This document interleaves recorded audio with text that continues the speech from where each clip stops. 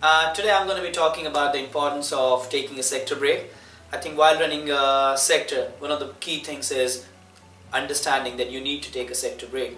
For me, going to the field and taking a sector break is like being in a football match. You won't play 90 minutes without taking a break. There's not a single football match where you just non-stop play. You have to have a break, and you need to go out and you need to reassess your situation, and then you want to play the next 45 minutes. You want to talk about what you've done in the first 45 minutes. You want to take a 5-minute break to eat in, to drink something, and then you want the next 5 minutes you want to talk about how and what you're going to be planning. So for me, if you want to run a good sector, a great sector, it's about having the right habits, and having a sector break is part of having those right habits. The first thing is, as a sector, if we have a sector goal, we've given a sector goal to the office, we're going to go together to the field as a sector. That's the first thing, because on the way to the field we're talking about what we've learned today in the office in the prime time and how we're going to implement that in the field. We get to the field, we go through the map, we talk about exactly who we're working with, who's going to be working in which part of the map, and then literally we get started. So in my office we're talking about the guys get started at 2:30 in the field, and then you want to go to the field and you want to get started.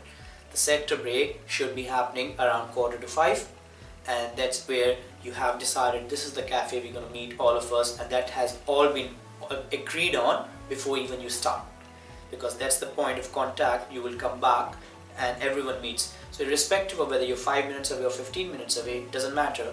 If I'm running a sector and if I've got 4 guys in my sector, I expect everyone to be back with me at 4:45 in that cafe, and all we're doing is we're just doing a catch-up. First thing we're going to be doing is, on the catch-up, is we're going to be just doing WhatsApp about exactly who has done what, in terms of is there anyone done any sales, any challenges. I hope by that time they have got rid of all the non-qualifiers and they know exactly how to work in the territory.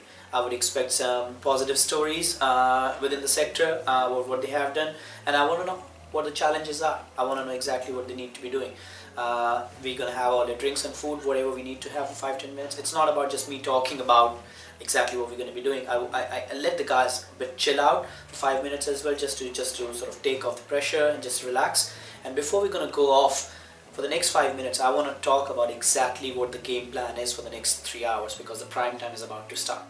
And I really want to make sure that people are going to be scoring. So whatever the kind of territory you're working on, I will be talking about how to work in that area. I will get the higher order. If someone has rang the bell, I will be getting them to speak about what they have done in order to ring the bell, whether it's about their tone of voice, whether it's about how to close people in that area, whether it's about running a bit faster between the doors, whatever is suited to that territory. I would want people to know exactly what they need to be doing in that area.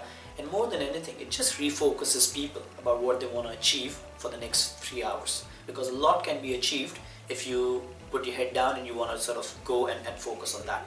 So that's kind of my thing. I just reassess the situation. I want to reassess the goal. I want to remind everyone what the goal was, what we agreed to in the morning with the owner, and we want to go back and we want to hit the goal, and we want to hit the ground running for the prime time. So that's kind of my sort of sector break. More than chances of me achieving the goal are much more higher if I've hit a sector goal, a sector break, because sector break will sort of help me. If I sort of divide my day into 2, one before and one after, and I try to score 1 goal before the sector break, and I try to score 1 more goal after the sector break. I relate everything to sports. That's the way I think. My mind sort of works like that. So I sort of talk to my sector. If we were in a football match, we would like to score a goal before the sector break, and we would like to score a goal after the sector break if 2 was the bell. So that's the way I would be thinking. Yeah, it really helps me. The key is to get into the right habits. Having a sector break every day for 21 days will create the right habits. And whenever I am running a sector, my goal is to teach other people to run a sector, because if I can have 4 or 5 people within my sector who can learn how to run a sector, that will make my life easy, because then I have 4 or 5 sector leaders, and that means I've got a big team. That means I can run an office.